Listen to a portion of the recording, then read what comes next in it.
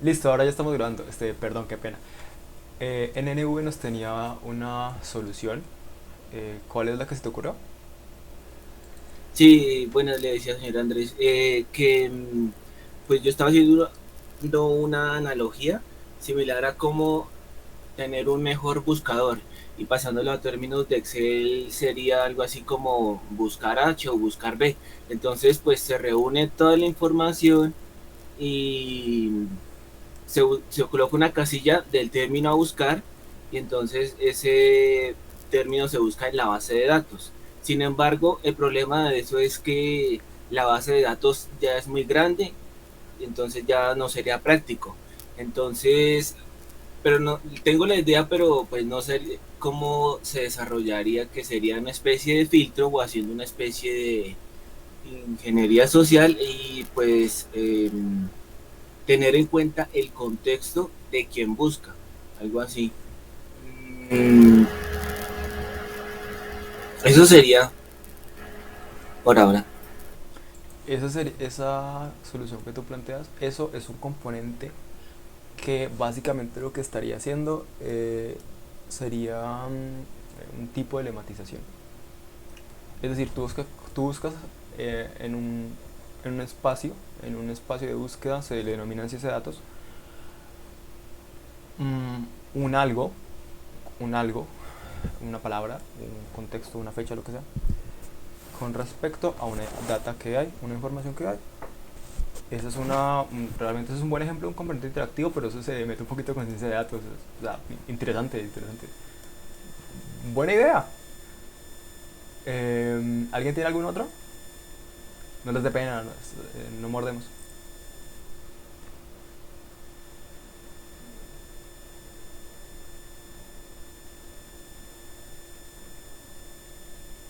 Ok, eso lo tomaré como que un no, les dio penita. La solución que tú planteas es interesante, la verdad. Es interesante y de hecho la podríamos mostrar un poquito cómo podría ser. Lo que tú planteas sería algo más o menos como esto. Ah, ya, sí, ya fue en verlo. Eso sigue siendo un diagrama de alto nivel. Eso es un diagrama que sigue siendo de alto nivel, pero ya es un nivel más bajo. ¿Tú qué es lo que tienes? Tú tienes un componente que se encarga de hacer un proceso y ese proceso también se está comunicando con una base de datos. Ese proceso quiero que allá nos vamos a meter más con UML. Destaquen que esta flecha, lo voy a agrandar, esta flecha está para ir y para volver. Eso implica que la información va hacia la base de datos y sale la base de datos. Eso en UML eso es importante. Y antes de continuar, UML, ¿qué significa? UML, como podrán ver con el libro, UML es un lenguaje. Eso es un lenguaje como el español o como el inglés, solo que es un lenguaje gráfico. Es un lenguaje que se inventaron más o menos entre los 60 y los 70. No recuerdo exactamente la fecha. Se lo inventó un personaje del mundo del software. Él se llama Uncle Bob. Uncle Bob. Él es esta persona, este tipo, digamos, el Robert C. Martin es el nombre de él. Su apodo es Uncle Bob. Y él es un desarrollador de software que el tipo lleva desarrollando desde que tiene 10. Casi que uso de razón. El tipo empezó cuando tenía como 15 años. Y ahorita tiene 71. Entonces esta persona es alguien que tiene mucho conocimiento. Y él es el redactor de dos libros que son como la Biblia para la gente que desarrolla. Unas Clean Codes y otras Clean Architecture. Otras Clean Coder que también es bastante útil. Pero esos tres libros son casi que el zen para muchos desarrolladores. Porque te explican cómo desarrollar para el punto del desarrollo. Y también fue el inventor, junto con otras tres personas, de UML. UML significa UML.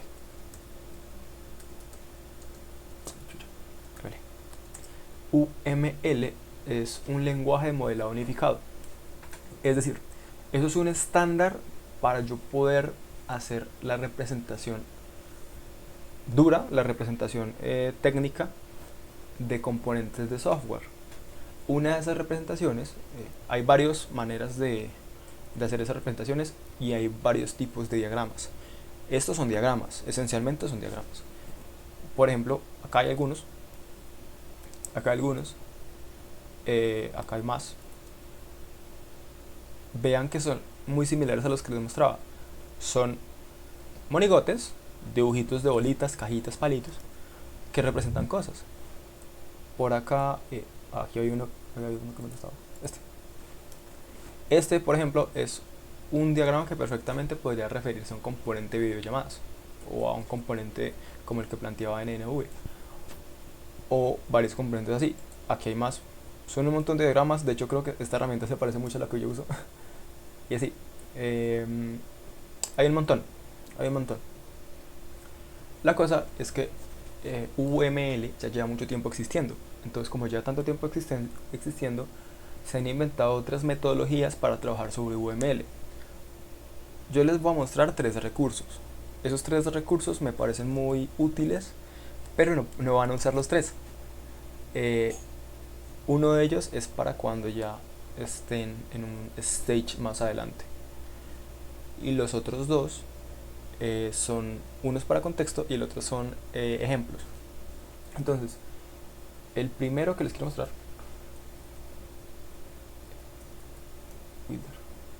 es esta página.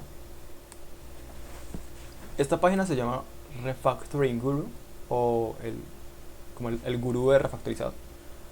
Está en español, está en español.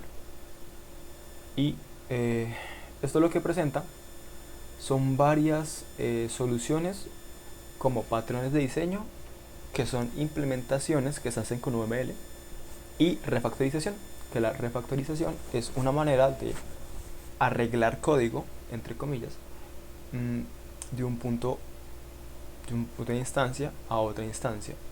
Es cuando yo tengo un problema por la manera en la que se desarrolló esa solución.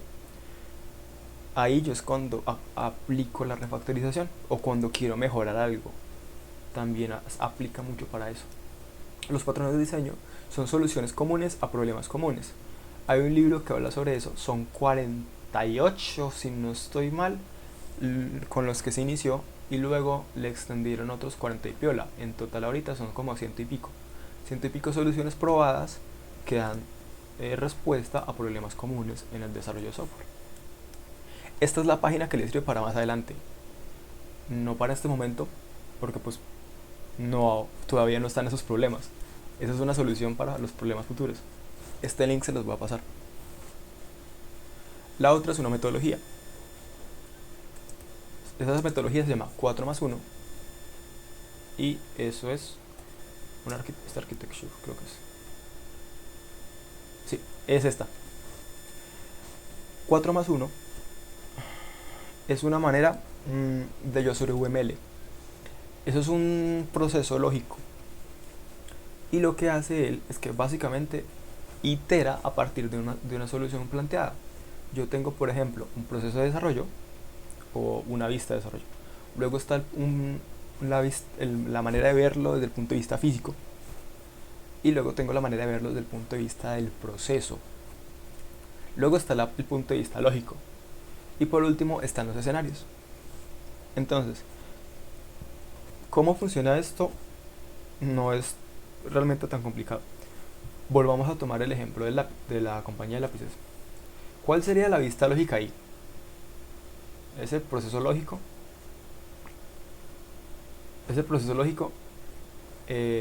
es: yo creo lápices, analizo cuál es el contenido, cuáles son las métricas, las ventas, y le doy informes al área de marketing, ¿cierto? Ese podría ser un proceso lógico. Ese proceso yo lo puedo representar con UML. Luego, la parte de development. ¿Qué sería? Development sería esa manera en la que voy a desarrollar la solución. Eso se lo muestro un poquitico en un par de minutitos. UML tiene varios niveles. Entonces, esos niveles, como les decía, este es un nivel muy general. Eso está muy de alto nivel. Así se le denomina eso. Alto nivel es que es una abstracción que es muy alta, es decir, está muy simplificado. Está muy simplificado para que se pueda entender muy sencillo, muy por encima, como cuando uno, como cuando uno ve una materia del colegio y dice como no, yo no aprendí mucho de ahí, yo aprendí como lo más básico. Eso es una simplificación, una abstracción de alto nivel, una simplificación muy alta que es como lo más básico, es como lo más básico del problema. Una abstracción de más bajo nivel es algo como esto. Noten que aquí ya, epa, noten que aquí ya se puede ver un poquito como más a detalle. No es como la solución en sí, sino una aproximación más cercana. No es la solución que voy a ir a implementar, sino una vista un poquito más abajo. Le estoy bajando la abstracción. Ese proceso de bajar la abstracción es comenzar a estructurar más la solución para ver qué es lo que yo voy a desarrollar finalmente. Hay dos maneras de uno desarrollar. Hay un componente de software. La primera es hacer primero el código y la segunda es hacer primero la solución. ¿Qué es más fácil? Yo plantear la solución y luego escribir cuál es que va a ser esa solución, o comenzar a escribir soluciones primero y luego ver cuál es la que me dio. Levante la mano quien diga que es más fácil tener la solución hecha.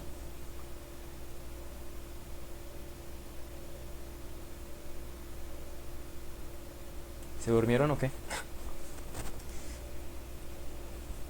Ah, ¿no entendiste? Ah, vale. Me, me permito volver a explicar. Hay dos maneras, o sea, el chiste de yo explicarles esto que ustedes están viendo en pantalla, que es como el esbozo más general de UML, es que uno tiene varias maneras de desarrollar un componente de software o de desarrollar una solución en software, ¿cierto? Esas soluciones pues tienen muchas características, o sea, hay muchas partecitas chiquiticas que uno tiene que tener en cuenta. Entonces, para uno tener todas esas partecitas chiquiticas en cuenta, hay dos maneras de hacerlo. Ignorarlas y comenzar a escribir código, que es como tratar de darles una solución. Y luego,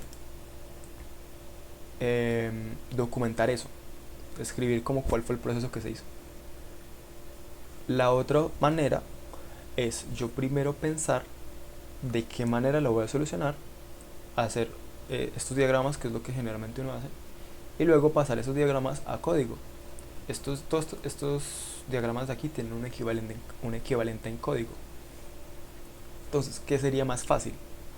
¿Escribir muchas soluciones y ver cuál es la que resuelve el problema? ¿O primero tener hecha la solución y luego pasar esa solución a código? Esa es la pregunta. ¿Cuál les parece que sería más sencilla? ¿La primera opción o la segunda?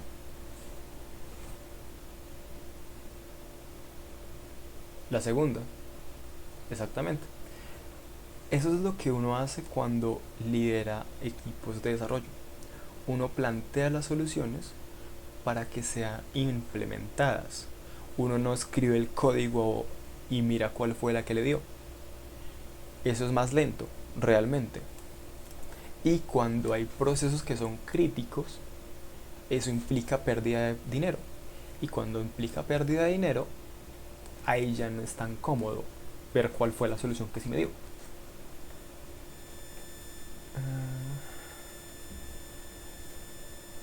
Eso es lo que yo quiero explicar primero. ¿Cuál sería la mejor manera de hacerlo desde el punto de vista del proceso de ingeniería?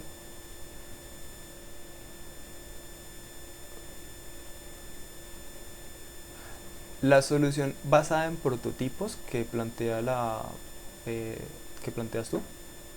Bueno, leo el comentario para las personas que lo están viendo pues que están viendo el video. Dice alguien, dice alguien de apellido Romero. Pero también en ingeniería de software existen metodologías muy basadas en crear prototipos para encontrar cuál, cuál es y cómo, solución, y cómo la solución se quiere dar. Eso es cierto, sí, eso es cierto. Uno también puede hacer diseño basado en pruebas o diseño basado en prototipos. Eso se conoce como TDD o Test Driven Development, desarrollo basado en pruebas. Pero el TDD funciona bajo el mismo principio.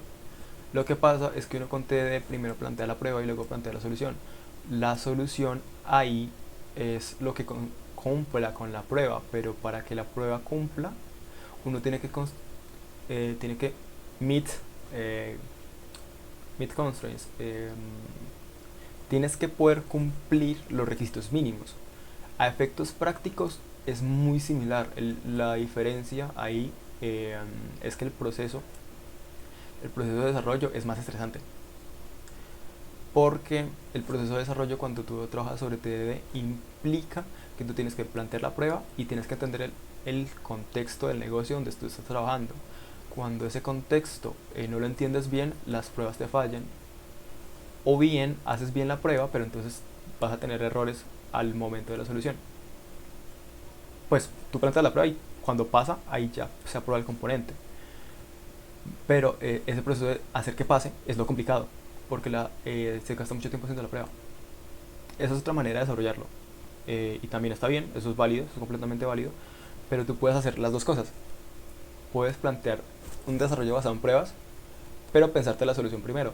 Y de hecho eso es lo que yo he visto que hacen la mayoría de desarrolladores de alto perfil, o senior, que es como les llaman.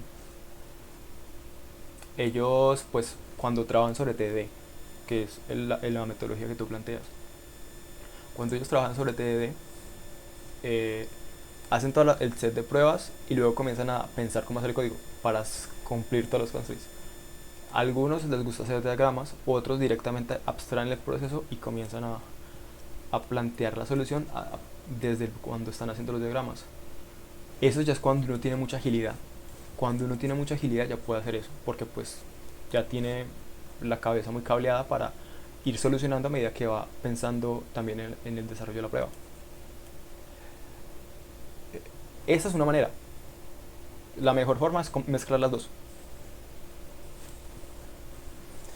Pero como dice Sergio, es mejor hacer primero el diagrama, porque es más fácil reemplazar un diagrama que reemplazar un pedazo de código. Porque el pedazo de código implica tiempo, implica a veces dinero e implica el gastar neuronas en hacer ese software. Porque programar no es fácil. Programar, si fuera sencillo, se llamaría de otra manera. Mm, También por el aspecto de la eficiencia.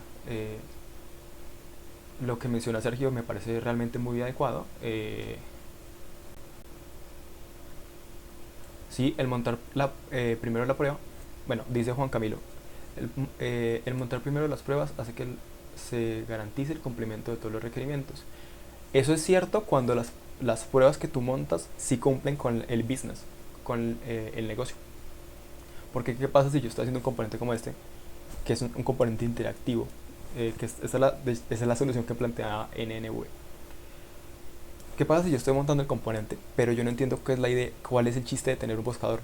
Un buscador que me haga justamente eso, que me permita hacer esa lematización, eso es un tipo de lematización, sobre los contenidos que están en la base de datos. Si yo no entiendo el contexto, no voy a hacer necesariamente la solución que requiere la persona que me está pidiendo esto. Y en ese punto ya el software que yo estoy montando, el software que estoy desarrollando, si no estoy cumpliendo las necesidades que tiene esa persona, no me sirve nada. Estoy desarrollando por desarrollar. O en el mejor de los casos, estoy generando un componente que luego va a tener que refactorizar. O refactorizar es como volver a hacer.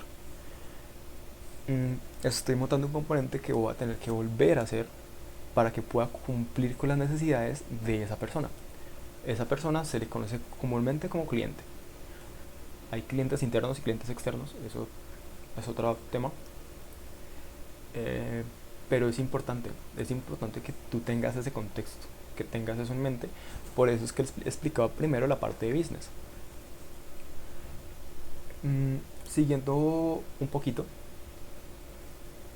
eh, otra pregunta decía, bueno, otra apreciación decía, sí, más allá, todo depende de que tanto en sí se conoce al cliente, la prueba y las soluciones apropiadas y deseadas. Eso es muy cierto realmente. Recordemos al final del día, uno cuando programa, cuando soluciona un problema, lo que quiere es solucionar el problema. Si alguien te dice, oye, tengo este dolor, uno soluciona dolores más que nada. Tengo este dolor, me duele aquí, doctor, no sé qué hago, no sé qué hacer, me duele esta costilla. Eh, si un médico haría eso, le decía como, oye, pues levanta el brazo y dime qué es lo que sientes cuando te hago así. El doctor ya con eso determina.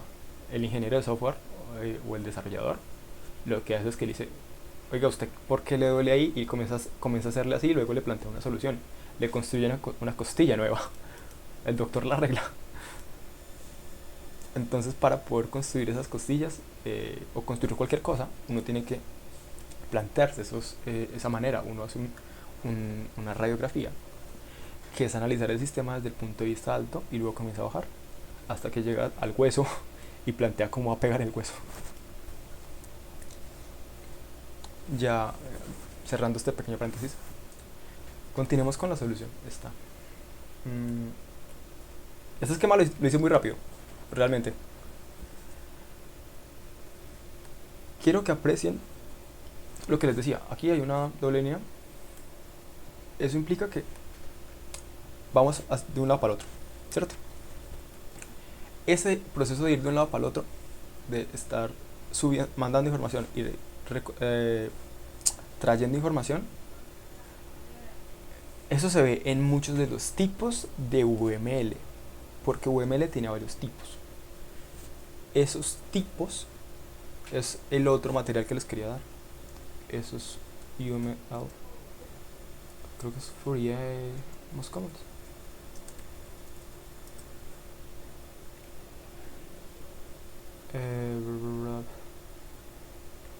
Bueno, los UML Most Commons usados. Aquí está. Ese link si no lo tenía guardado. Esta página me habla sobre los tipos de diagramas que hay en VML. Sí, es esta. Quiero que noten, aquí me habla de dos tipos. Realmente hay más de dos tipos. En total son como 6, 7. Pero esos dos tipos pues ya son bastante útiles. Unos son los diagramas estructurales y los otros son los diagramas comportamentales. Esos son los de más bajo nivel. UML también se divide en niveles. Entonces hay diagramas que yo los llamo diagramas de paquetes. O ese sí es un tipo de diagrama en concreto. Un diagrama de paquetes se ve como varias carpetas. Y esas carpetas son módulos.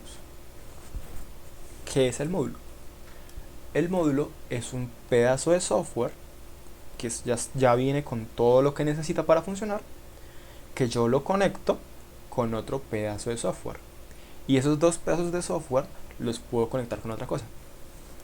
Esos procesos de conectar dos pedazos de software me sirven a mí como desarrollador, como ingeniero, como solucionador de problemas, para solucionar problemas. Esos módulos tienen que tener ciertas características. Entonces, ese diagrama lo que me indica es cómo es la manera en la que voy a interconectar esas cosas. Esos son los diagramas de... Eso es un diagrama muy de soporte, así también se le conoce como diagrama de soporte. Diagramas de soporte, eso es una familia de diagramas. Y esos diagramas te suben la abstracción un poquito para que entiendas el cómo se juega con todo el sistema. Y cuando comienzas a bajar el nivel de abstracción, te comienzas a encontrar con diagramas estructurales y luego con diagramas comportamentales. Alguien había mencionado antes los diagramas de flujo. Un diagrama de flujo es un diagrama que pertenece a los que son comportamentales. Me dice cómo se comporta un componente, una parte en específico del software que estoy montando, de la solución que estoy haciendo. Esa parte en específico tiene una manera de funcionar. Esa manera de funcionar puede ser que los datos van tal que así. ¿Dónde está que los datos van tal que así. Voy a hacer una pelota. Me encanta hacer pelotas con esto. Fíjense en cómo está esta pelotica blanca, ¿cierto? Va acá. Esta pelota va a representar un dato. El dato va de este cosito azul. Esto representa una base de datos. Una base de datos es donde yo almaceno la información. Digo que va hasta este componente. Este componente va a ser mi backend. ¿Qué es el backend? Lo que se encarga de comunicarse con el chiste este que me almacena la información. Y este backend se va a intercomunicar con un pedacito de la aplicación. Tengo que traer esto para adelante. Y este backend me va a estar enviando estas pelotitas de información a este componente. ¿Qué sería el componente este rojito en este caso? El que nos planteaba NNV. ¿Cuál va a ser el proceso para poder hacer la lematización que él planteaba? Ese proceso, de eso se encarga este componente de aquí.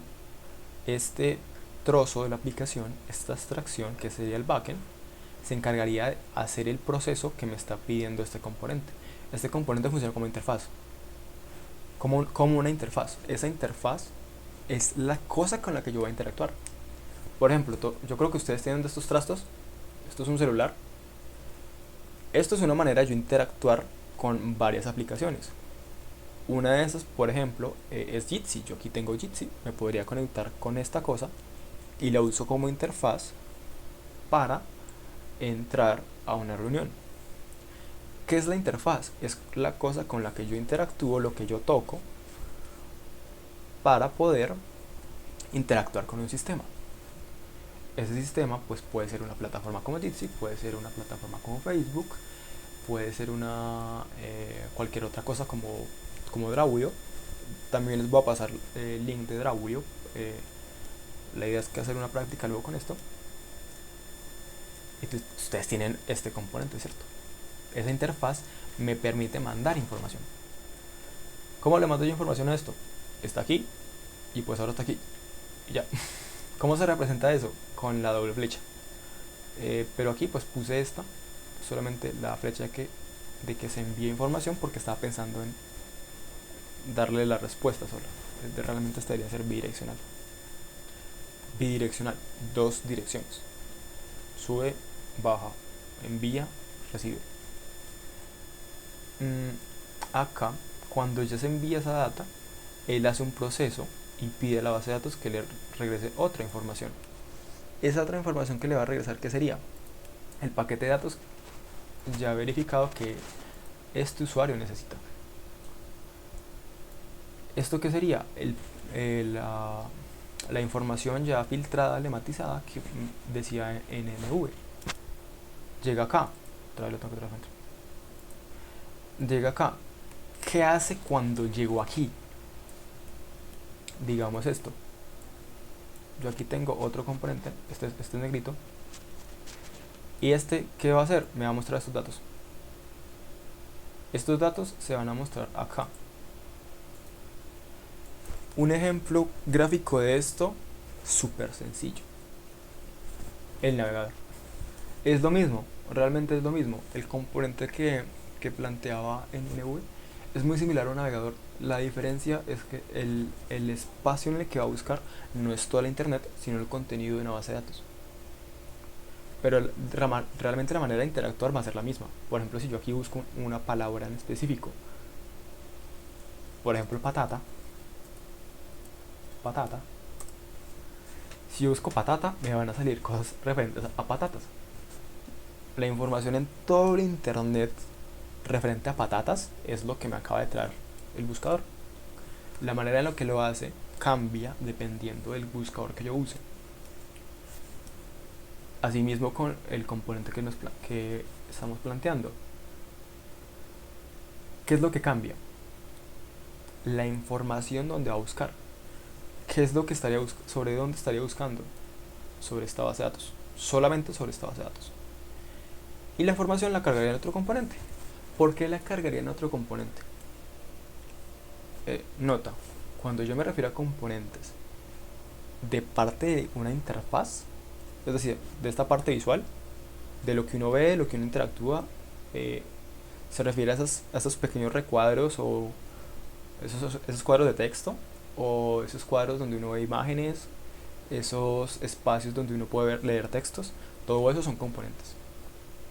Entonces yo tengo este componente negro que me va a mostrar la información, que es esta bolita verde, ¿cierto? Esa manera de hacerlo es la más usual. Yo aquí, por ejemplo, este componente verde puede ser un componente interactivo que se encargue de cargar la información mediante estrategias de lazy loading. Lazy loading, ¿qué sería? Carga perezosa, que va cargando la información conforme le va llegando. Esa sería una manera de hacerlo. Hay otras maneras. Esa es una, se me ocurre así. Pero hay muchas maneras de hacerlo. Hay varias maneras de hacer lo mismo. La diferencia es si responde o no a las necesidades de negocio, que es el dolor que tenía el cliente. Por ejemplo, si me dice, oiga, me duele aquí, otra vez me duele la costilla, pero ese dolor de costilla representa que se tarda demasiado en cargar la información, significa que yo tengo que hacer una estrategia, usar un patrón de diseño puede ser, para solucionar ese problema y hacer que esa carga lenta se optimice. Esa es otra manera.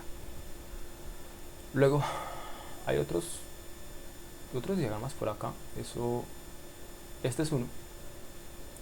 Este es uno muy bueno. Estas son las dos grandes representaciones de los diagramas. Ah, ya me acordé porque es que me gusta esa página. Aquí muestra las dos grandes familias. Están los estructurales y están los comportamentales, ¿cierto? Pero dentro de esos hay otros diagramas. Y son los que están acá. Por ejemplo, el diagrama de clases es un diagrama muy usado para las cosas de bajo nivel. ¿Qué es bajo nivel? Eso es lo que tiene una equivalencia directa en código. Lo que es de más alto nivel tiene equivalencias en código, pero son mucho más genéricas. Por ejemplo, para un diagrama de componentes, la equivalencia en código puede ser una carpeta o puede ser un archivo. Depende yo cómo lo esté haciendo. Diagrama de paquetes, eso siempre hace una carpeta. O en algunos casos, en lugar de ser una carpeta, puede ser un módulo. O en lugar de ser un módulo, puede ser una dependencia. Y así, cada tipo de diagrama tiene sus características particulares. Estos los pueden ver ustedes. Hay muchos. Mírenlos, analícenlos y traten de solucionar un problema con esto. Piensen en un problema y traten de solucionarlo con cada uno de ellos. Pues de las dos familias, vean algunos y traten de solucionar un problema. Uno indispensable, si eso no lo miran, si es bastante jodido, es el diagrama de casos de uso. El diagrama de casos de uso es como el ABC de los diagramas. Esa cosa se necesita pero para todo. Porque muchas veces te pasan diagramas así. Yo les puedo mostrar eso. Esto es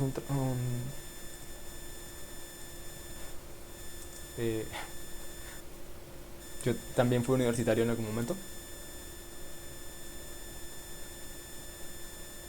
Entre mi ingeniería, yo alguna vez tuve un proyecto para hacer eso, casos de uso. Y entre eso, acá hay unos diagramas. Aquí está el diagrama de casos de uso. Miren cómo es un diagrama de casos de uso. No es duro, pero es largo. Y a veces a uno le pasan esto. Cuando a uno le pasan un diagrama de estos, uno hace dos cosas. Primero se enoja porque le pasaron un diagrama de casos de uso. Y segundo se alegra porque fue un diagrama de casos de uso.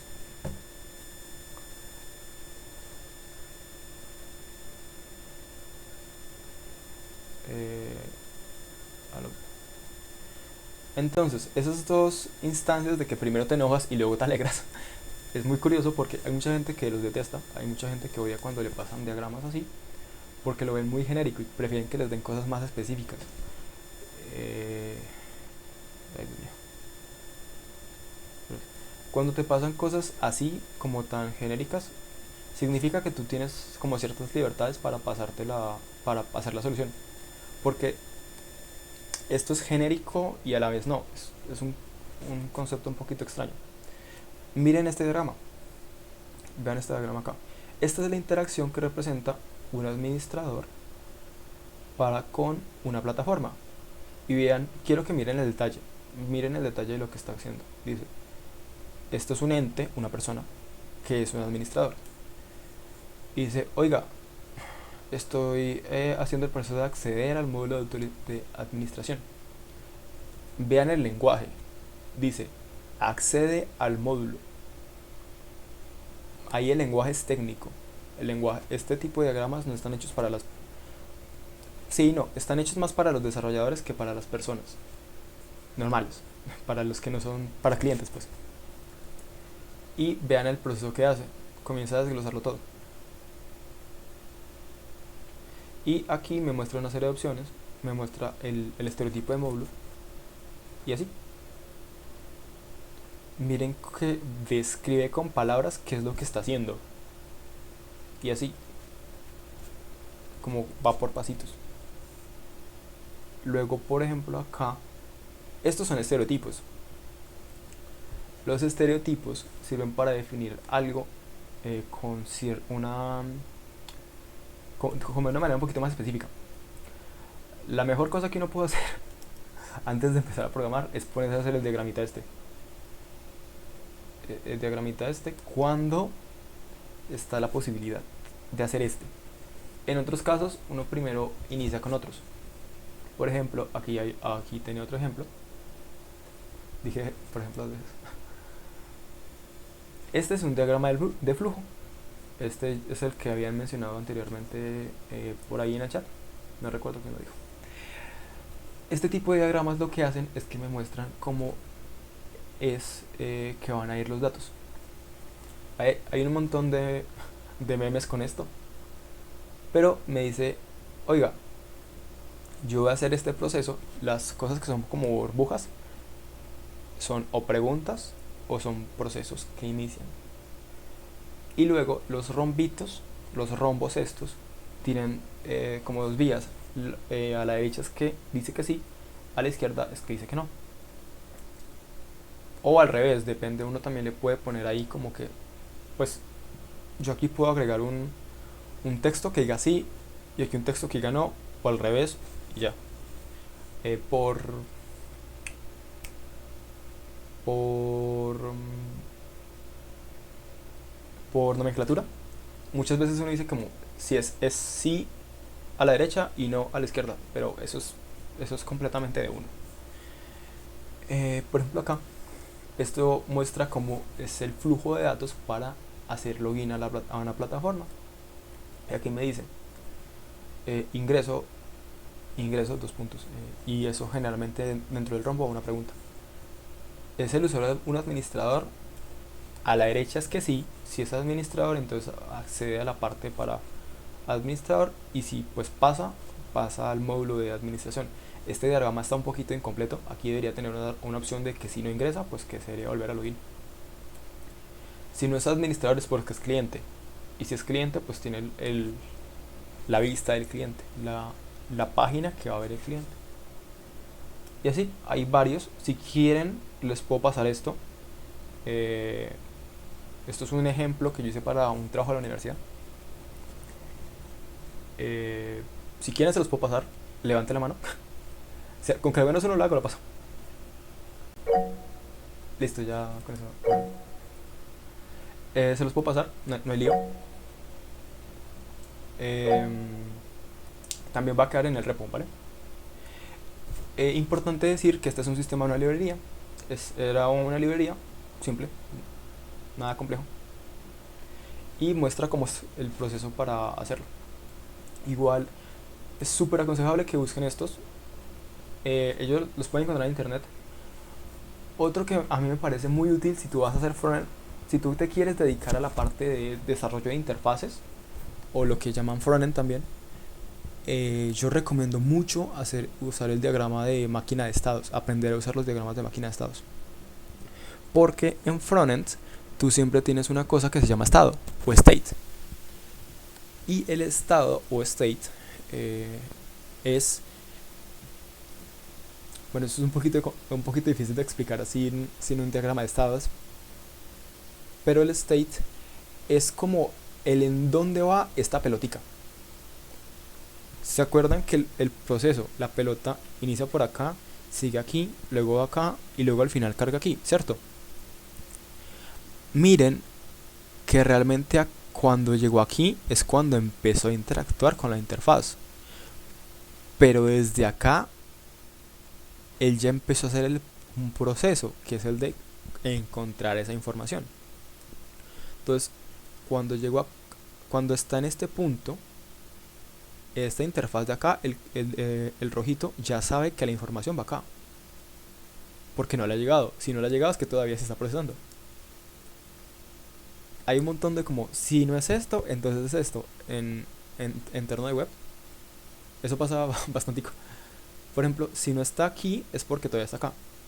Entonces yo le puedo decir a la aplicación que haga algo mientras acá está haciendo este proceso. Por ejemplo, espero que no me salga nada raro. En YouTube,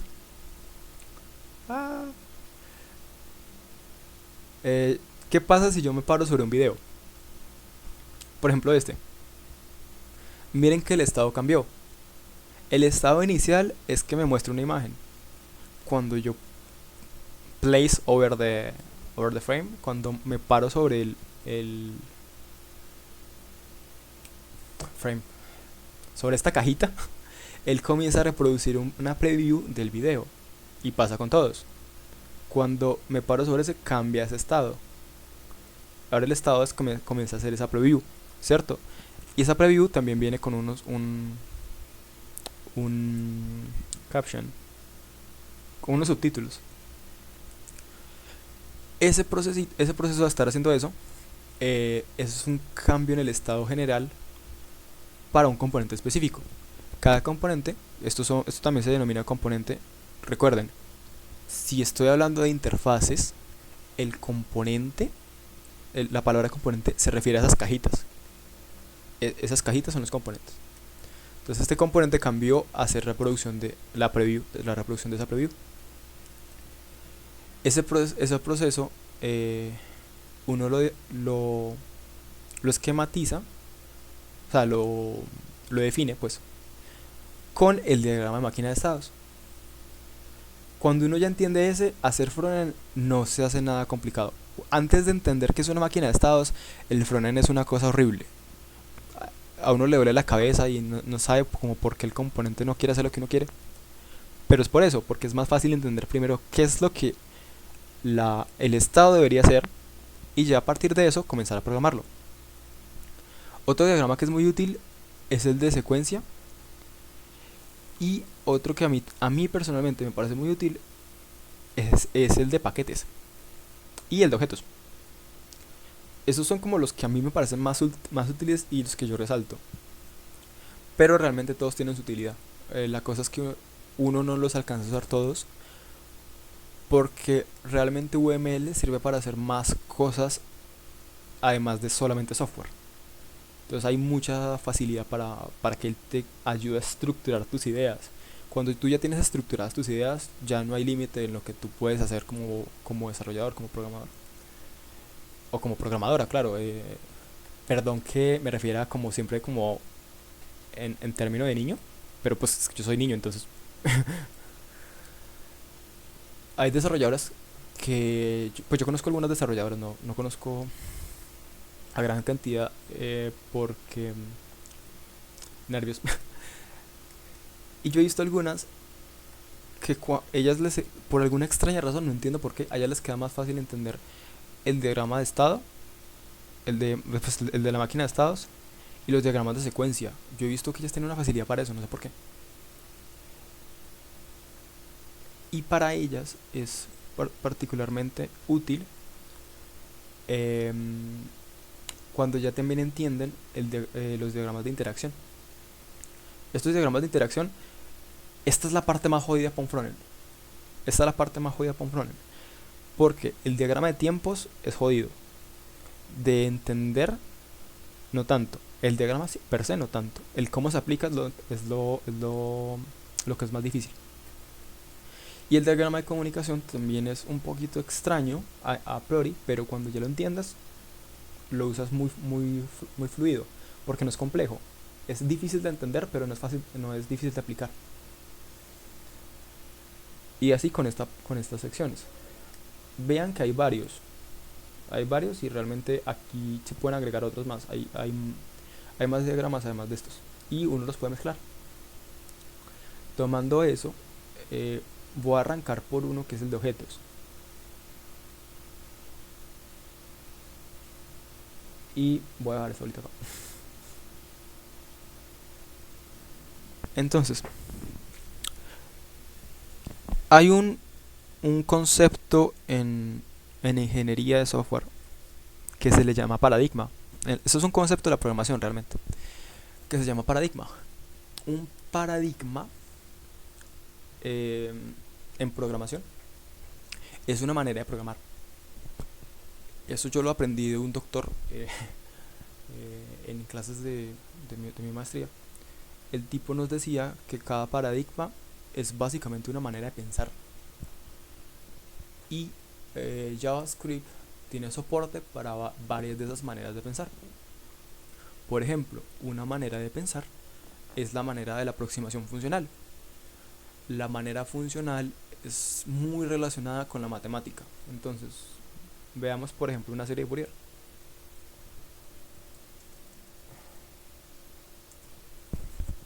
Para mis amigos que son de ingeniería, tranquilos, no vamos a programar series de Fourier.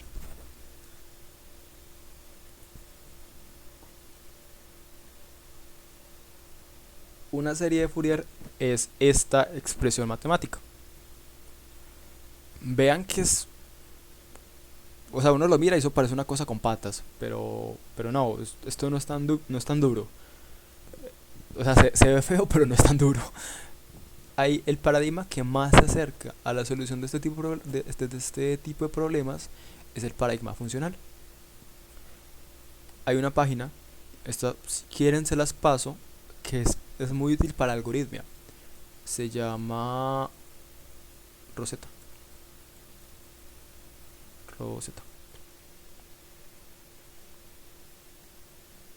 Esta no es. Ay. Rosetta Codes. Es este. Esta página lo que hace es que me muestra varias soluciones en diferentes lenguajes de programación a varios problemas que hay aquí compilados. Esto es como esos ojos, esas bolas 8 de los que eran populares en los 80, 90, que uno le hacía así y esa vuelta salía como una predicción de algo. Es parecido. Yo aquí le meto una cosa que esté buscando, por ejemplo, la serie de Fourier. Lo malo es que, bueno, lo malo entre comillas es que esta sí está en inglés, entonces Fourier.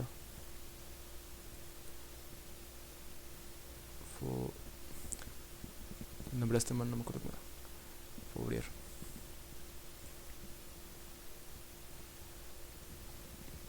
Fourier series. Y aquí me bota algunos resultados. Bueno, parece que no me gustó exactamente el que quería. Uno más fácil. Fibonacci.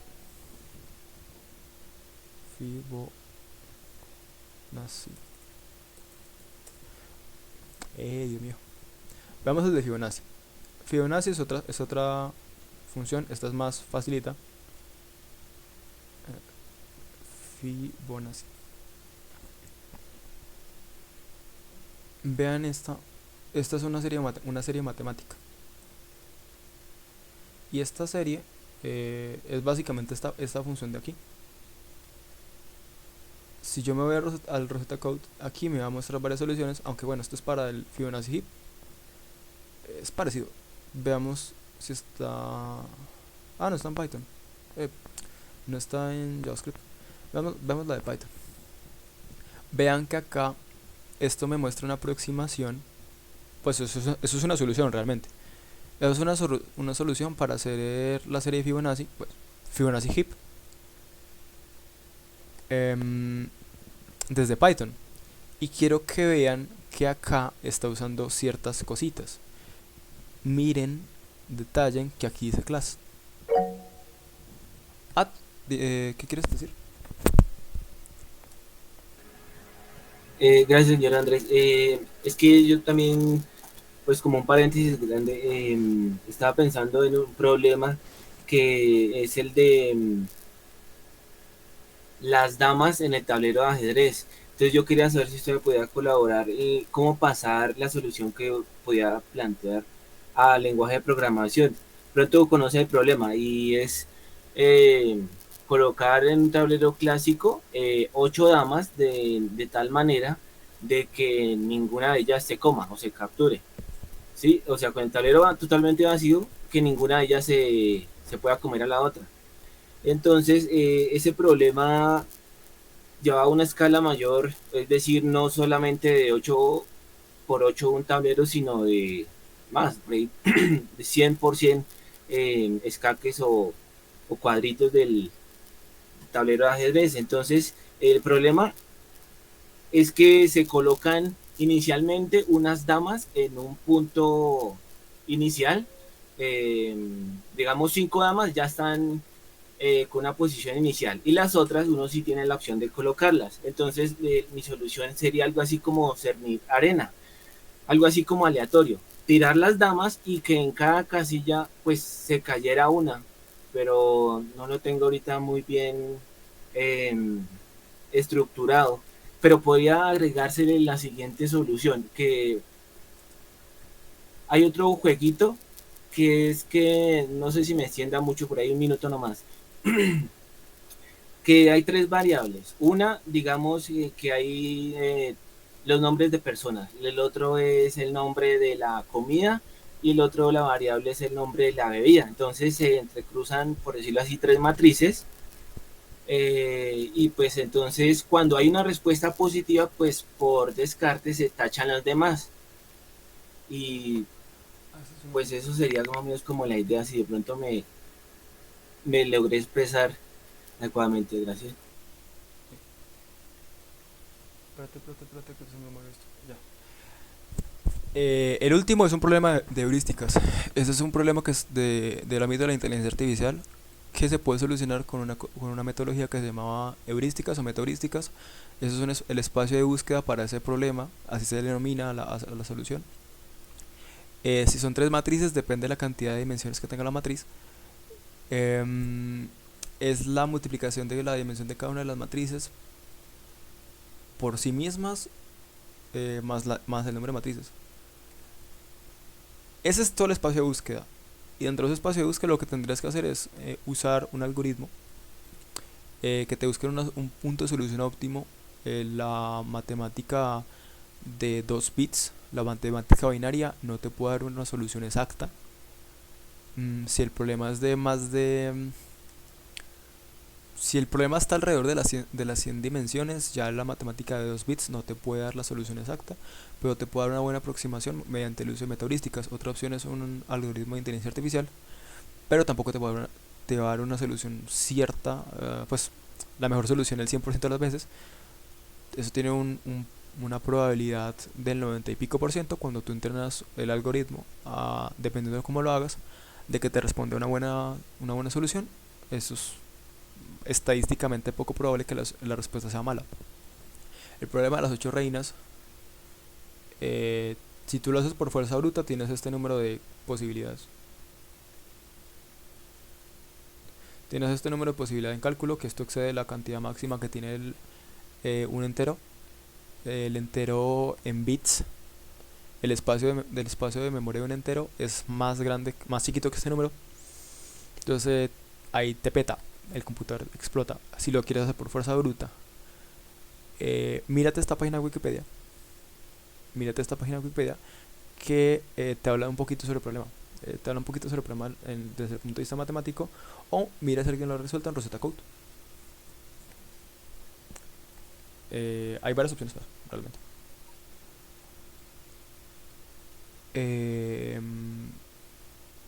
También quiero que noten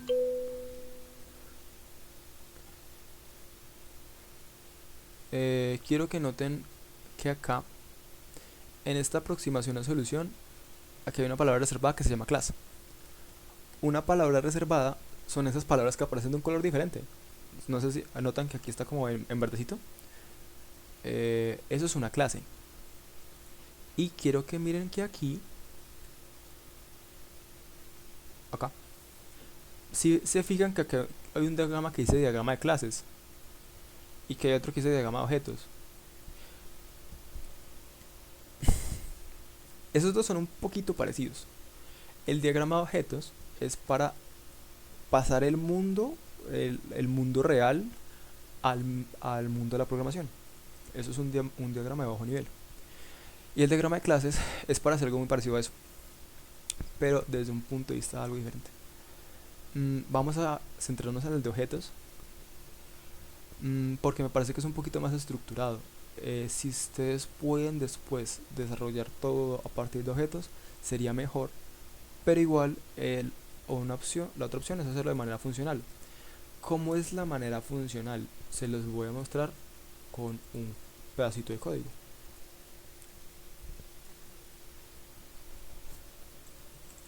Uy. Dios.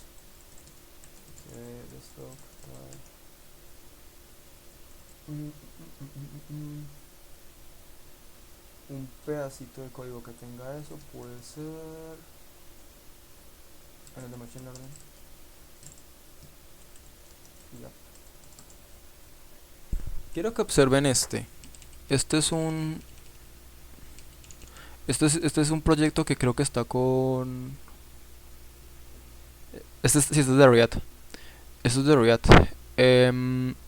Acá.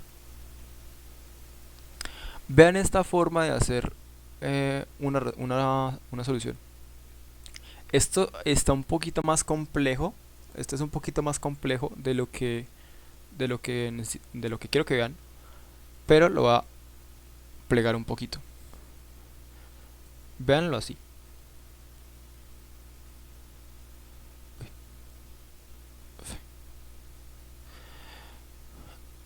Bueno, sí, sí. Véanlo así. Yo aquí tengo un pedazo de código. Que esto es una función, ¿cierto? Esto es una función que aquí tiene el contenido de algo. Ese algo, ¿qué es lo que es en específico? No sé, no me acuerdo. Y aquí tengo otra función que hace otra cosa. Eso que omitamos que esto es una función, digamos que esto es un proceso. En esta función, esto es una aproximación funcional a la solución de algo. Esto es para una interfaz en concreto. Quiero que noten que acá se está haciendo todo el desarrollo de un proceso en específico. Esa es la manera en la que se programaría algo matemático. Una solución matemática se programaría de esta forma. Yo desarrollo todo el proceso y luego retorno. El retorno es como lo que regreso. Entonces regreso una respuesta. Esa respuesta, ¿qué sería? Como esto es una interfaz, lo que retornaría aquí sería un código HTML, ¿cierto? Porque esto es React. Esto es React. Entonces me retornaría un simple código de una interfaz. Pero para poder llegar hasta eso, aquí tuvo que pasar por una serie de procesos. Esa serie de procesos pueden ser procesos matemáticos, puede ser interacción con un servidor, puede ser que esa serie de procesos sean cualquier cosa que llame otra función. Uno puede llamar una función dentro de otra función, y así. Esa parte la vamos a ver un poquito más en detalle cuando ya estemos con la parte del backend. Como esta es la parte de arquitectura, quiero que noten que esa serie de procesos que se están haciendo allá es lo que estaría haciendo esto. Este bloquecito que voy a poner de morado, bueno, este bloquecito que voy a poner de morado, y en específico ese bloquecito de acá que está de morado, ese es el que se encargaría de estar moviéndole a esas funciones, de estar haciendo esos cálculos matemáticos o ese invocar a otra cosa para ser llamados, ¿cierto? Eso lo haría este. ¿Por qué este? Porque este es el del backend. El del frontend que haría coger estos datos y luego hacer interfaces o manejar esos datos para que se muestren en las interfaces diferentes cosas. Como por ejemplo que se muestre la información que este me mandó. ¿Es eso claro? ¿Sí? ¿Alguien? Levante la mano. Listo. Mm, ese proceso de estar como manejando la información con un pedazo de software y mostrándola con otro pedazo de software es la manera en la que uno generalmente trabaja en web. En web uno tiene una parte que es un servidor o server-like, un backend, y luego tiene una parte que es un cliente, un frontend o una interfaz en general, algo con lo que pueda ver esos datos. El proceso específico para hacer eso ya es con código, pero uno aquí también puede, desde el punto de vista del diseño de la solución, uno puede empezar a plantear cómo va a ser el código. Veamos, por ejemplo, el problema de Fibonacci y veámoslo desde el punto de vista de aproximación de clases y luego hablamos con objetos. ¿Cómo sería la aproximación de esto? Con una aproximación a funciones más bien. Yo voy a tener un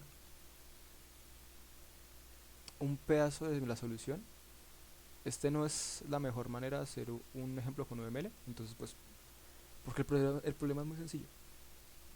Entonces, digamos que aquí voy a tener la función que hace el cálculo, ¿cierto? Entonces va a ser Fibonacci. Entonces tengo la función que hace el cálculo aquí. ¿Cuál va a ser el cálculo? El cálculo es el detalle específico. El detalle específico es esto que dice aquí. Sería una función que haga esto, ¿cierto? Eso me retornaría el valor de la sucesión de Fibonacci en un punto. ¿Cuál va a ser el punto? Por ejemplo, digamos que yo voy a tener una interfaz. Entonces, esto de acá le voy a poner un estereotipo. El estereotipo, bueno, cabe destacar algo. UML es un lenguaje que realmente es muy flexible. Él es muy flexible porque pues la idea es que fuera flexible, que se pudiera usar para muchas cosas. Entonces el estereotipo que le voy a poner es el de backend. Ese es el estereotipo. ¿Cuál va a ser la otra cosa que voy a crear? Pues algo con lo que ver eso, una interfaz. Y digamos esto, que la interfaz va a ser una terminal. Yo puedo hacer eso de la terminal. Interfaz. Terminal. ¿Cuál va a ser el proceso de comunicación de los dos? No es duro. La terminal tendría que llamar a una dependencia. ¿Cuál va a ser la dependencia? Digamos que este backend de aquí que está hecho con Node, ¿cierto? Entonces, ¿cuál va a ser el proceso si esta es una terminal? Yo aquí le tendría que enviar, voy a poner otro estereotipo. Este sería bueno, un CLI. ¿Cuál va a ser el proceso? Le voy a decir a la interfaz que, oiga, interfaz, mándele un dato a este. Este CLI de aquí va a ser el CLI de Node. Y este CLI lo que va a hacer es que va a coger este backend y se va a conectar con él, ¿cierto? Detalle en las flechas. Las flechas, miren el proceso que está haciendo. Está yendo desde la interfaz hasta el backend. Luego, desde el backend, ¿qué es lo que él hace? Iría y tendría que responderle al CLI. Realmente estoy sobresimplificando. Estoy haciendo un poquito más complejo el proceso como el que sería esto. Pero noten el proceso en el que fluye la información. Este no es un diagrama de flujo, pero se parece. La terminal se intercomunica con el CLI de Node, y el CLI de Node lo que hace es que me invoca al servicio del backend. ¿Cuál es el servicio del backend? La función que me calcula Fibonacci. ¿Qué es lo que estaría enviando a través de la interfaz? Yo al CLI le tengo que enviar algo. Yo realmente tengo que enviar un dato acá. ¿Cuál va a ser el dato que envíe? El número que quiera, el número de la asociación que quiera. ¿Qué es lo que esto me tendría que retornar? Él me tendría que retornar a Node un cálculo, y Node lo que me retornaría sería, por el estándar output, retornaría sobre la terminal el resultado de algo. ¿Qué sería ese resultado? El número que le haya pedido. Por ejemplo, si yo le digo, oiga, le digo Node el 7, él me tendría que regresar el 13, que sería el equivalente en la terminal, ¿cierto? Entonces, de esa misma manera, este diagrama yo lo puedo hacer más UML-like, o más parecido a UML. ¿Cómo podría hacer eso? Cojo esto y digamos que lo itero. ¿Cómo así que lo itero? Vuelvo a repetir el proceso con el que lo creé. O sea, vuelvo a pensar, pero tomando en cuenta cuáles fueron las cosas que ya hice para poder mejorar el diagrama. Ese es el proceso que uno hace con 4 más 1. Uno primero hace todo este ciclo y luego piensa en qué puede mejorar. Y a partir de eso comienza a hacer otra vez el proceso de mejorarlo. Me parece útil si se pueden ver un video que tengo por ahí sobre 4 más 1. Esto es una metodología que utilizan mucho en Estados Unidos para hacer desarrollos de software. Y también para hacer otro tipo de desarrollos. Con eso también construyen puentes. Entonces, es un proceso muy de ingeniería, realmente. Acá voy a abstraer estas flechas y lo voy a plantear como si fueran dependencias. ¿Cómo sería esto en términos de dependencias? ¿Qué sería lo más importante aquí? El output. ¿Por qué sería lo más importante el output? Porque estamos hablando en términos de la terminal. Entonces, yo aquí lo que tengo es realmente una función. Esta terminal de aquí dependería de esto, y este CLI, para poder mostrarse, depende de la terminal. Este tipo de diagrama ya cambia. Este ya no es un diagrama como el de arriba. Esto no es un diagrama de flujo de datos. Esto es más es más similar al diagrama de clases. Y este de acá abajo es más parecido a un diagrama de dependencias. Noten la diferencia en el contexto. El contexto es lo importante en este caso. Miren que acá él dice, oiga, yo le paso datos de aquí a acá, y los datos que yo le estoy pasando a este se los paso a este para que se haga algo. Cuando ese termine, me devuelve los datos y yo le devuelvo esos datos a usted. Es como el diagrama de qué es lo que van a ir haciendo cada uno, que es la manera en la que se van a comunicar. ¿Cuál es el propósito de este diagrama de más abajito? Lo voy a hacer un poquito más grande.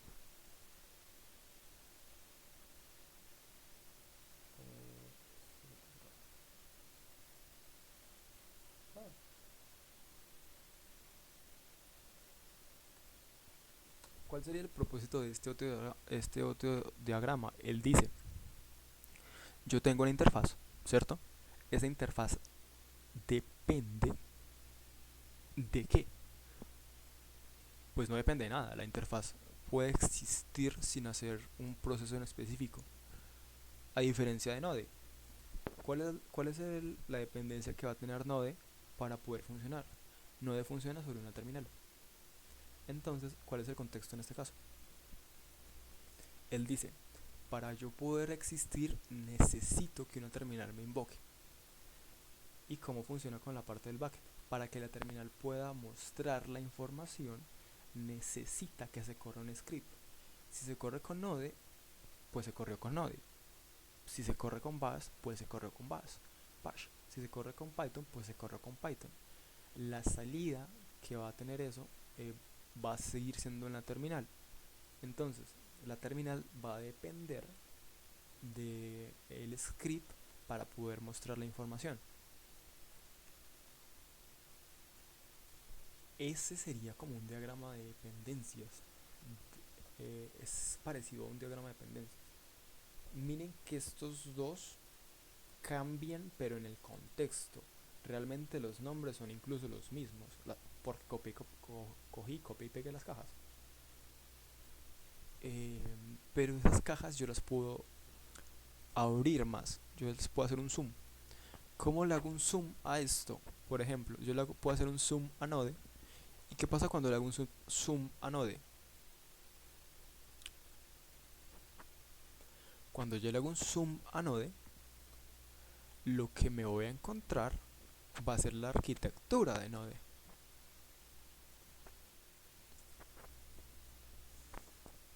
¿Y cómo es la arquitectura de Node? La arquitectura de Node es esto. Vean que acá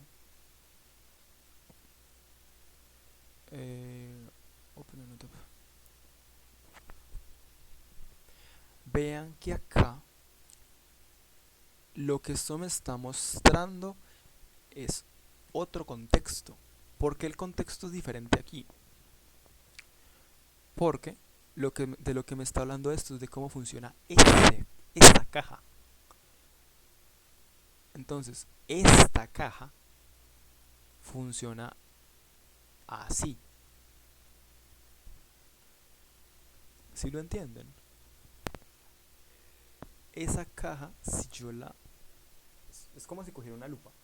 Si yo cojo una lupa y la expando, si la hago así, si la hago así, lo que voy a encontrar va a ser esto.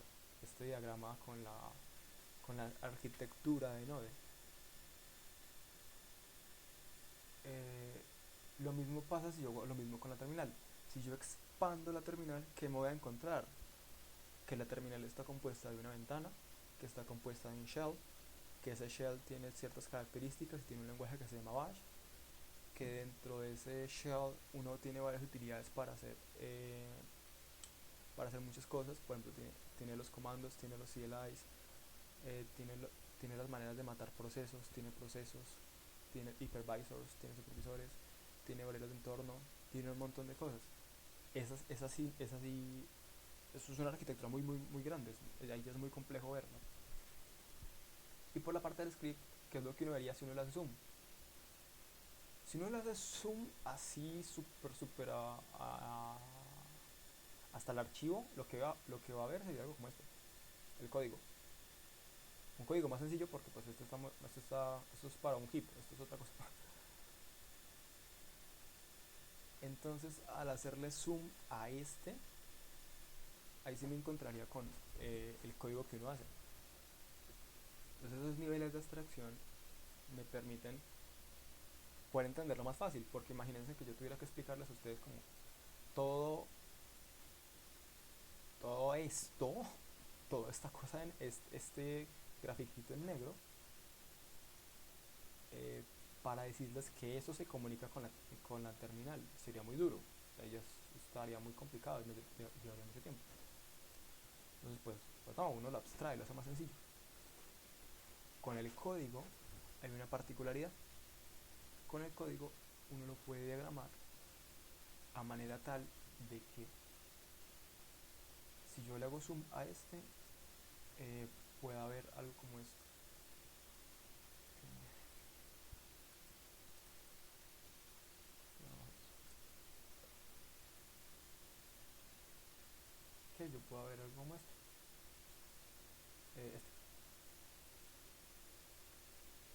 Vean este diagrama, este diagramita, esto está sencillo. Dios mío.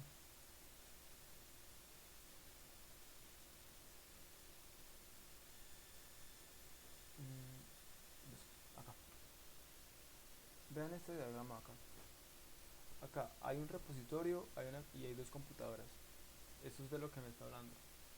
Exactamente qué es lo que está haciendo, no sé. Ni idea. O este otro diagrama. Dice computador, hay una computadora y un repositorio. Estos son ejemplos de UML. ¿De qué me sirve a mí tener un diagrama así? Realmente no mucho, porque no me está diciendo demasiado. Así mismo como los diagramas que yo les iba mostrando. Noten que yo les tengo que decir mucho respecto a ellos para que puedan entender qué es lo que está tratando de expresar el diagrama. Entonces, con este apartado, si yo eh, esto lo expando, podría seguir haciéndolo así, de listo, lo expandí, pero entonces tienes esto, esto y esto, y lo tengo que explicar otra vez. Como no quiero hacer eso, lo puedo expandir más. ¿Cómo sería expandirlo más? Y se hace el diagrama de qué es lo que está haciendo eso con un diagrama de flujo, por ejemplo. El diagrama de flujo es este. Es este. No es, que es el de flujo.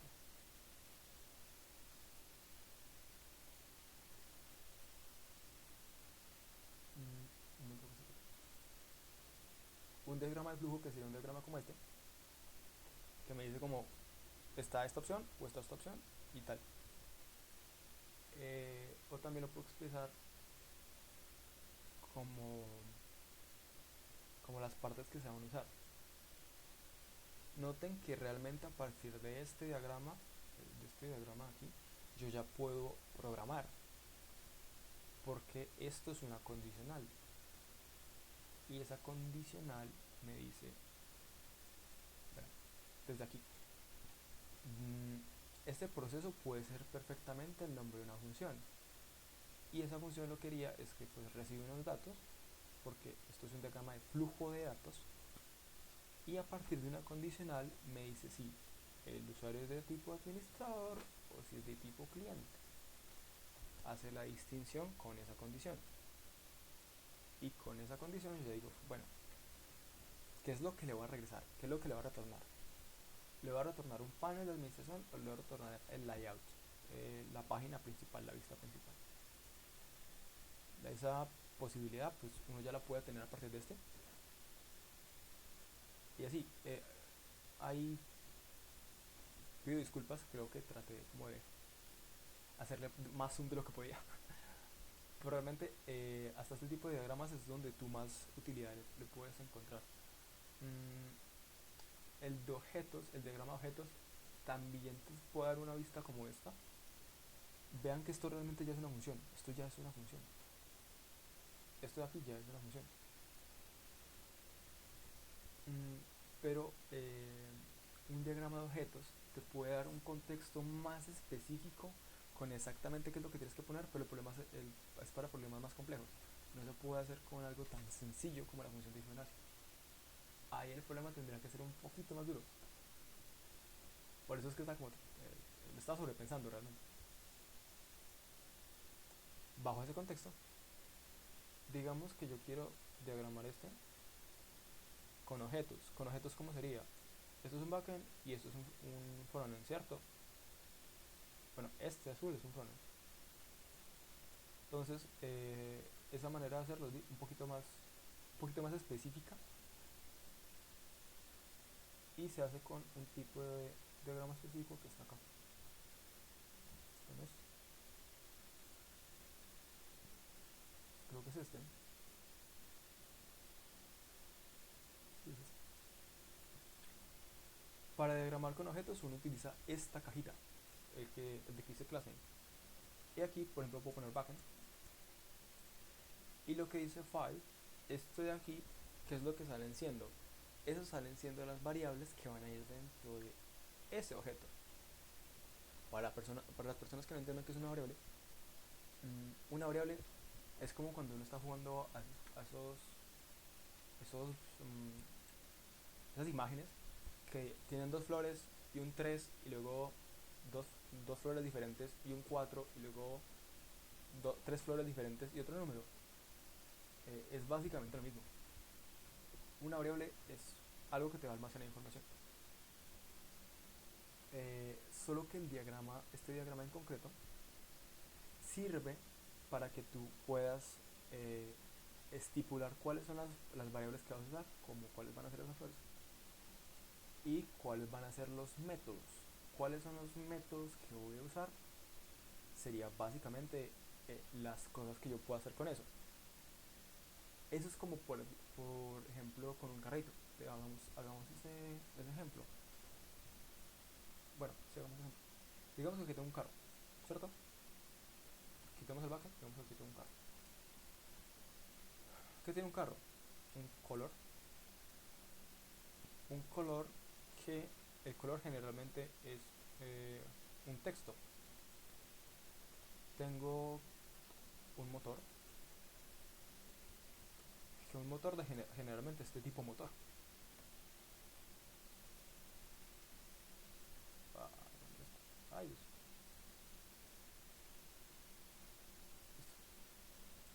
Un carro generalmente tiene color, motor, digamos que también tienen, no sé, esa cosa que era por el cilindraje se llama, llantas, más fácil. Llantas, que son de tipo llantas,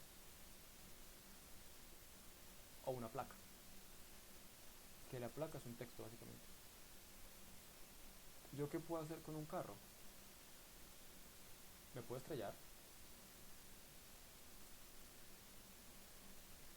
¿Cuál va a ser el resultado de eso? Pues, no sé, digamos que nada.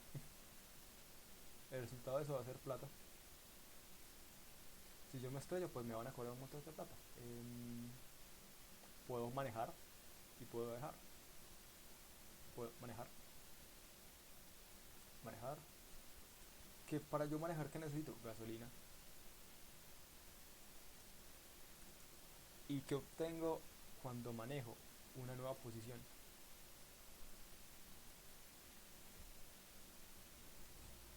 Así yo puedo modelar más cosas, realmente.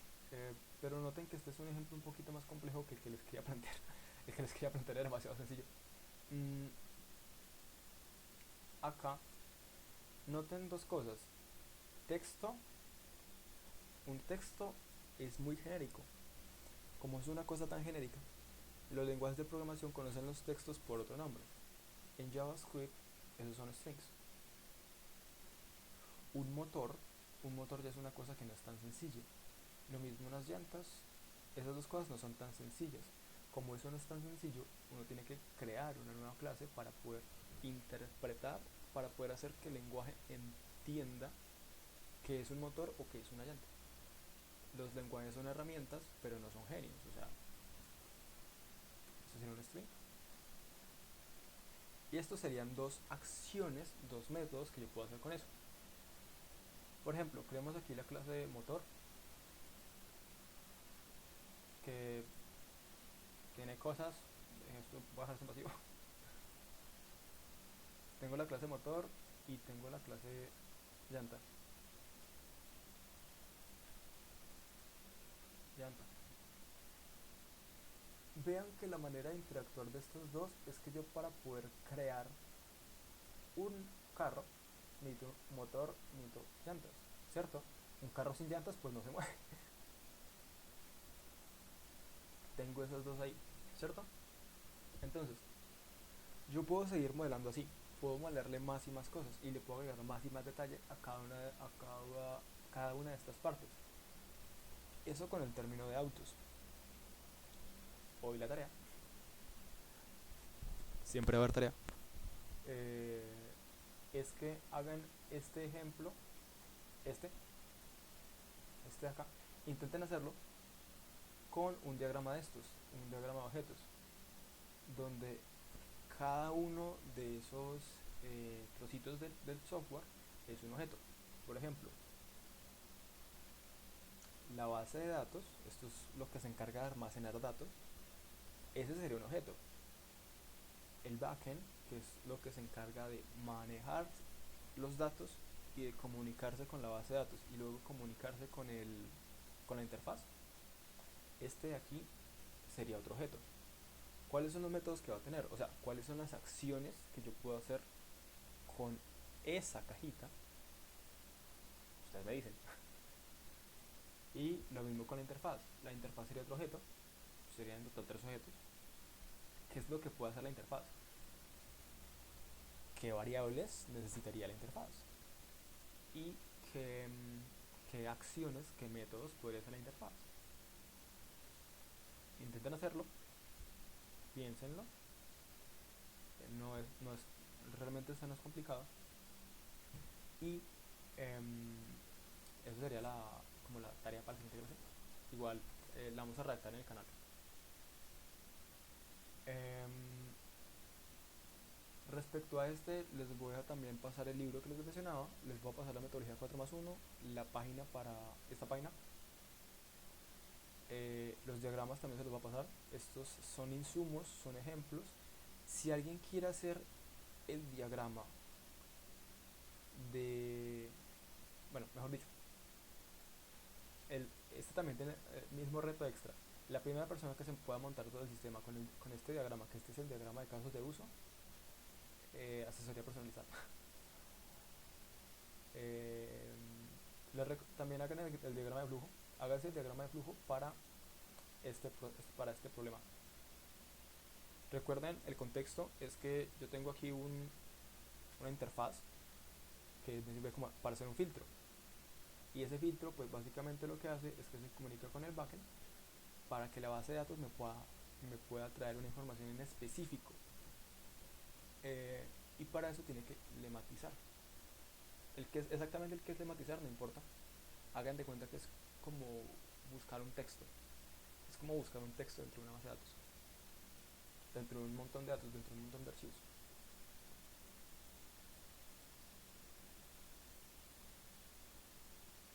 De formas pasarlo a cuadritos. Eso sería pasar un código, un trozo de código, pasarlo a UML. Sí, yo creo que se podría, pero ya creo que la siguiente clase.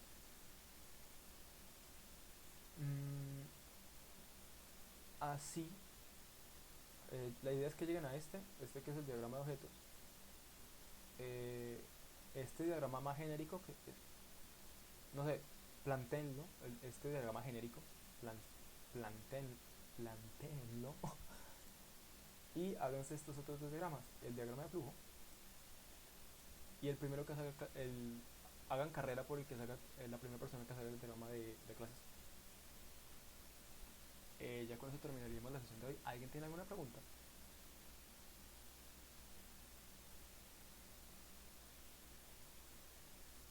¿Sí, no? ¿Seguros? Porque esto es importante. Tener en cuenta que después vamos a estar usando los diagramas mm, para yo pasarles algunas cositas. Y en el libro ahí te explican cómo funciona UML. Realmente te explican pues, todo el contexto. Te explican todo el contexto y para que también mires un poquito de más diagramas. Hay algunos ejemplos prácticos también. También de pronto les busco uno que es un poquito más teórico. Y ya, eso sería todo. Mm,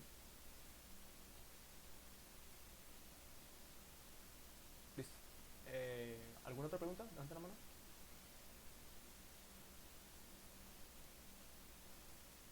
No, listo, bien. No sé si puedan sacarles tiempo para hacer asesorías mañana, creo que no. Eh, Mírenlo, intenten resolverlo de aquí antes hasta el domingo. Y recuerden que el domingo es la siguiente sesión. Ya el siguiente tema que vamos a ver, spoilers, es sobre Bueno, hoy cubrimos esta parte de arquitectura con este apartado de Linux. La siguiente sección vamos a ver un poquito de backend. La siguiente clase vamos a ver un poquito de backend y vamos a plantear cómo hacer diseño. Diseño para soluciones en web. Vamos a tocar más de UML y vamos a ver cómo podríamos integrar una solución de inteligencia artificial con, eh, con web. Vamos a ver cómo podríamos hacer la conexión entre esos dos puentes, el de la inteligencia artificial junto con otro de, de web. ¿Cómo podríamos hacer la interconexión entre esas dos cosas?